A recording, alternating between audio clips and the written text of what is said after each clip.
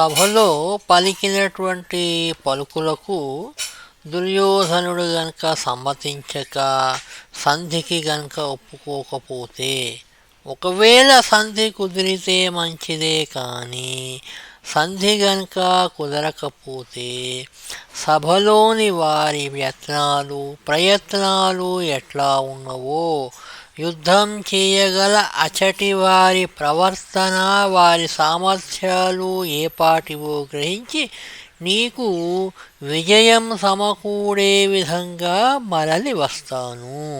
అంటే ఒక రాయబారి వలన సాధింపబడే ఉపాయాలన్నీ సాధించగలనని శ్రీకృష్ణుడు మాట ఇచ్చినాడు. సాధారణంగా ఉండే ఈగో మనం ఇవాళ రేపు అంటాం కదా, శ్రీకృష్ణుడు ధర్మరాజు కంటే కూడా వయస్సులో చిన్నవాడు. కానీ ఆ కాలంలో శ్రీకృష్ణుని ప్రభ గొప్పది, ఆయనకు ఉన్నటువంటి పేరు గొప్పది. యాదవ కులం దాదాపుగా భారతదేశమంతా పేరు ప్రతిష్టలు కలిగి ఉన్నప్పటికీ తనకంటే వయసులో పెద్దవాడు చక్రవర్తి అయినటువంటి ధర్మరాజుకు పోగొట్టుకున్న రాజ్యం సమకూర్చే విధంగా సంధి రాయబారం చేస్తాను అని కార్యం ఒప్పుకొనడమును, దాన్ని సిన్సియర్గా నాకు తోచినటువంటి క్రమశిక్షణలో నిజాయితీగా చేస్తాను అని మాట ఇవ్వటము, ఇది శ్రీకృష్ణుని యొక్క ఔదార్యానికి, అతని యొక్క నిజాయితీకి తార్కాణం.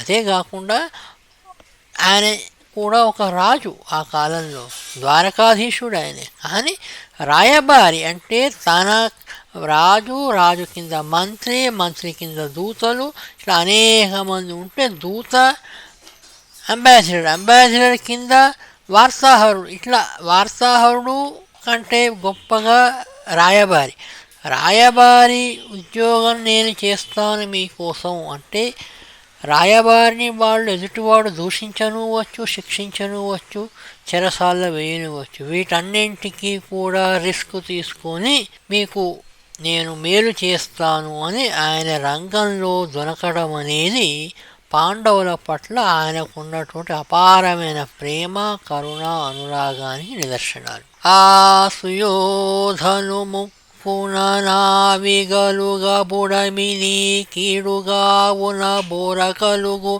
నేను కయ్యపు శకునంబులెన్ని ఏనిగంటి నీవను సాహిని కాగవలదు నీవను సాహిని కాగవలదు అంటే ఏమంటున్నాడు? ముక్కున నావిగలుగా అంటే తెలుగులో ఉన్నటువంటి నుడికారం. నీవను సాహిని కాగవలదు అంటే అడవులకు పోతా అని అనకుండా, యుద్ధోత్సాహాన్ని మానకుండా శాంతమూర్తి అయి, యుద్ధోత్సాహాన్ని మాని శాంతమూర్తి అయి ఉండవలదు. ఆ దుర్యోధనుడి ముక్కులో శ్వాస ఉన్నంతకాలం, ముక్కున నావికలుగా ఉన్నంతకాలం అతడా నీకు రాజ్యభాగం ఇవ్వడు, యుద్ధం తప్పదు. పోరు జరిగే శకనాలు నేనెన్నో చూచాను. కాబట్టి ఈ తరుణంలో శాంతి సంధి అంటూ యుద్ధోత్సాహాన్ని మాని ఉండవద్దు. అంటే యుద్ధం చేయవలసిందే అన్నటువంటి అభిప్రాయం అందరికీ ఉన్నప్పటికీ ధర్మరాజు అభిప్రాయం ఏమిటంటే, యుద్ధం పాండవులు మొదలుపెట్టినారు, వాళ్ళు ఒక అవకాశాన్ని వినియోగించుకొనలేదు, పెద్దరికానికి గౌరవం ఇయ్యలేదు అన్న మాట రావద్దు అన్న తపన కొలది శ్రీకృష్ణుని రాయబారిగా పంపినారు. తర్వాత శ్రీకృష్ణుడు ఇంకా ఏమంటున్నాడు? ఇప్పుడు ధర్మజ, రథాలు, ఏనుగులు, గుర్రాలు, కాలిబంట్లు అనేక 4 రకాల సేనా విశేషాన్ని సంసిద్ధం చేసుకొని దొరలను యుద్ధానికి ప్రేరేపిస్తూ ఆలస్యం జరగకుండా కథనానికి సన్నాహాలు సాగించు అని అన్నాడు. ఆ మాటలు విని భీమసేనుడు శ్రీకృష్ణుడితో ఇట్లా అన్నాడు: సాంగ్రామికం తే యదుపార్జనీయం సర్వం సమగ్రం కురుతన్నరీంద్ర అంటే ఇది మూల శ్లోకంలో ఉన్నది. వ్యాసుడు రాసినటువంటిది. ఏమంటున్నాడు, శ్రీకృష్ణుడు అర్జునునికి కూడా సందేశం ఇస్తున్నాడు.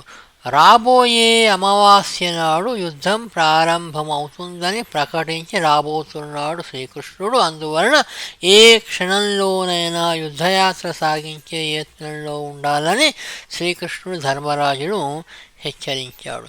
యుద్ధం ఎప్పుడు ప్రారంభమైంది అన్నదానికి అటుగా ఇటుగా కొన్ని ప్రమాణాలు ఉన్నవి, అది మనం తర్వాత చూసుకోవచ్చును. సమరంబుగలుగుననుచును మము వెరపింపగవలదు మాధవ, నీవా కుమసియగు ధర్తరాష్ట్రుండు శ్రమించు కార్యంబు నడవు సౌజన్యమునన్. మాధవ, ఓ శ్రీకృష్ణ, యుద్ధం జరుగుతుందని చెప్పుతూ మమ్మల్ని భయపెట్టవద్దు. దుష్టచిత్తుడైన ఆ దుర్యోధనుడు అణిగి మణిగి ఉండే పనిని సద్భావంతో సాధించుము అని భీమసేనుడు అన్నట్టు ఉన్నది. అంటే భీముడు ఏమంటున్నాడు, లేవయ్యా, ఇక్కడ యుద్ధానికి ఎవరు భయపడటం లేదు, నువ్వు మొదలు ఆ దుర్యోధనుడి దగ్గర నుంచి రాజ్యం ఏమన్నా వస్తుందా చూడు, చాలు మాకు అంతవరకు. అంటే భీముడు ఆవేశంగా ఉన్నప్పటికీ అన్న మాటకు గౌరవమిస్తూ ఆ విధంగా అన్నాడు. పాపాత్ముండు మదాంధుడా తులువ నీ పంపెట్లును చేయగా నోపం డడ్డము సెప్పరెవ్వరును, మానోద్రేకమున్ గర్వమున్ గోపంబుదను జిజిప్స ఆప్తజనులంగుదించుచుండబోయినట్లే పోనిత్తురు గాన నిన్నతడు జాలింబెట్టెడు జూడుమీ. అంటే తులువ అంటే కుత్సితుడైన దుర్యోధనుడు మదాంధుడు, మదము చేత కన్నుగాననివాడు. నీ పంపు అంటే నీ ఆజ్ఞ ఎట్లున్, ఏ విధంగాను చేయగబండు, చేయగబోడు, చేయగా ఓపండడ్డము అంటే చేయలేడు. మాధవ, ఆ దుర్యోధనుడా కలిశాత్ముడు, మదం చేత కన్ను మిన్ను కాననివాడు, కుత్సితుడు, నీ ఆదేశం మన్నించడు. ఒక్కరైనను అతడి మాటకు అడ్డు చెప్పలేరు. అక్కడ అహంకారం, గర్వం, కోపం తనను పట్టి ఆడిస్తుండగా ఆప్తులను సైతం అతడు దుఃఖపెడుతున్నాడు. అతడేమైపోయినా తమకేమి లెమ్మని అందరూ మిన్నకుండటం చేత నిన్నతడు సంకటపరుస్తాడు సుమా. అంటే హస్తినాపురాన్ని దలుచుకుంటే భీముడికి పాపాత్ముడైన దుర్యోధనుడే జ్ఞాపకం వస్తున్నాడు. అతడు చేసిన అపకారాలే గుర్తుకు వస్తున్నాయి. కోపం, ఉద్రేకం రెండూ కలుగుతున్నాయి. ఆవేశంలో భీముడు అతన్ని నిందిస్తాడు. ఇది భీముని యొక్క స్వభావం. చొచ్చిన చోన చొచ్చి సెగజూచెదనంచు కడుంగుచుండు అంచెట్టండు బాహుగర్వమున నీచు సుయోధనుడట్టి వానితో బొచ్చెములేక కూడి మన పోవక రాజు నాకు మివ్వచ్చుండు రాచవారు కురువంశము చేటున కోపకుండటన్. నీచుడైనటువంటి సుయోధనుడు తాను నేను ప్రవేశించిన చోటనే చొచ్చి తెగంచూచెదల్ నన్ను చంపుతానంటూ కడంగుచుండు పూనిక పోస్తూ ఉంటాడు. అతనికి భుజ పరాక్రమంలో బాగా గర్వం ఉన్నది. కురువంశము యొక్క వినాశనానికి అతడే మూల కారణమవుతాడు. నేను ప్రవేశించిన ప్రతి చోట తాను కూడా వస్తూ నన్ను చంపటానికి అతడు ప్రయత్నం చేస్తూ ఉంటాడు. మాధవ, భుజ విక్రమంలో నన్ను లెక్కించడు. అట్టి తుచ్చుడు అతడు, వట్టి తుచ్చుడు. ఫల్గునుడు ప్రభువైన ధర్మజుడు కురు వినాశనానికి సమ్మతించకుండటం వలన ఆ దుర్యోధనునితో నిష్కపటంగా కలిసిమెలిసి జీవించడం నాకు తప్పేటట్లు లేదు. అంటే భీముని యొక్క అమాయకత్వం కూడా ఇక్కడ బయటపడుతుంది. అభిమానము ఉన్నది, అమాయకత్వము ఉన్నది. పాండవ కౌరవుల్ గలసి పాలును నీరును బోలె నెమ్మిమైనుండంగా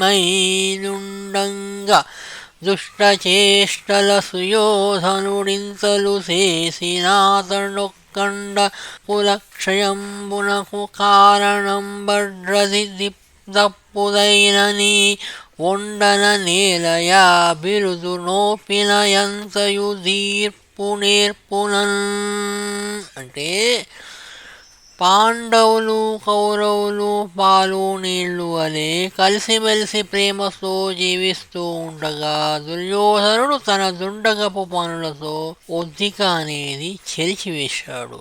అతడే ఈ కురువంశ నాశనానికి కారణమై పెద్దల మాట ఎన్నటికీ తప్పదు అన్నట్టు వంశనాశనానికి అతడే కారణమవుతున్నాడు. అయినప్పటికీ నువ్వు నేర్పుతో శక్తి కలిగిన మేరకు ఆ జగజెట్టిని దారిలో పెట్టు. అలం అంటే ఉపమాలంకారం, క్రమం, పాండవులు కౌరవులు, పాలు నీరు వంటి వారు, ఇట్లా తెలుగు సాహిత్యంలో అనేకమైనటువంటి ప్రయోగాలు చేసినారు. ఈ మాటలు అంటున్నటువంటి భీముడు ధర్మరాజు యొక్క తమ్ముడు అని అనిపించుకున్నాడు. అయితే ధర్మరాజు తన భావాన్ని గూఢంగా నిపుణంగా చెప్పగలడు, భీముడు బయటపడి ఘాటుగా చెప్పగలడు. ధర్మరాజుకు సంధి మీద నమ్మకం లేదు. అయినా అంతకంటే మించిన రాజనీతి ప్రయోజనాల కొరకు భేదోపాయాన్ని ప్రయోగించటం కొరకు శ్రీకృష్ణుడిని రాయబారిగా పంపుతున్నాడు. ఆ సంగతి అందరికీ తెలిసేటట్లు చెప్పాడు. కానీ భీముడికి వ్యూహ రహస్యాలు తెలియవు. దుర్యోధనుని కులక్షయకారకుడిగా నిరూపించడానికే శ్రీకృష్ణుడి రాయబారం పనికి వస్తుందని భావించాడు. భావాభివ్యక్తితో ఈ రెండు పాత్రల తారతమ్యం మనకు పరమ రమణీయంగా కనిపిస్తుంది. ఎందుకు? భీముడు యువరాజు, ధర్మరాజు చక్రవర్తి అయితే భీముడెవరు? యువరాజు. భీమునికి దుర్యోధనుడు ఆగర్భ శత్రువు. ఆ దుర్మార్గుడు భీముణ్ణి చంపడానికి చేసిన కుతంత్రాలు అన్నీ ఇన్ని కావు. భీముడే గనక లేకపోతే పాండవులు లేనట్లే అని సుయోధనుడి అంచనా. అతడంటే భీముడికి అమిత కోపం. దుర్యోధనుడు పుట్టినప్పుడే అతడు కులక్షయకారకుడిని ఆకాశవాణి పలికింది. ఆ తరువాత వ్యాసమహర్షి చెప్పాడు. అయినా ధృతరాష్ట్రుడు పట్టించుకోనే లేదు.